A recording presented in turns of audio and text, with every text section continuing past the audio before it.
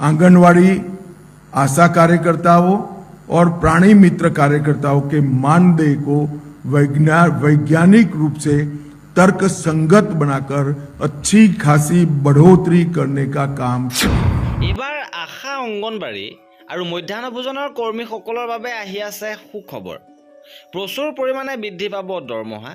আশা অংগনবাড়ীৰ ৰন্ধন কৰ্মীসকলে সময়ে সময়ে দাবী উত্থাপন কৰি আহিছে, প্ৰতিবাদী কাৰ্যসূচী লৈ আহিছে, প্ৰতিবাদ কৰি আহিছে যে মাননীৰ সলনি মজুৰি প্ৰদান কৰিব লাগে, মাননী বৃদ্ধি কৰিব লাগে আৰু শেহতীয়াভাৱে ৰাজ্য চৰকাৰে যি বৃদ্ধি কৰিছে সেই বৃদ্ধিত আশ্বস্ত নহয় এইসকল কৰ্মী সহায়িকা।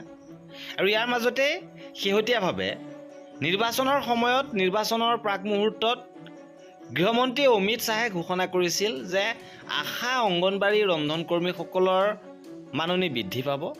আমি পুনৰ এবাৰ সেই মন্তব্য আপোনালোকক শুনাব বিচাৰিছোঁ।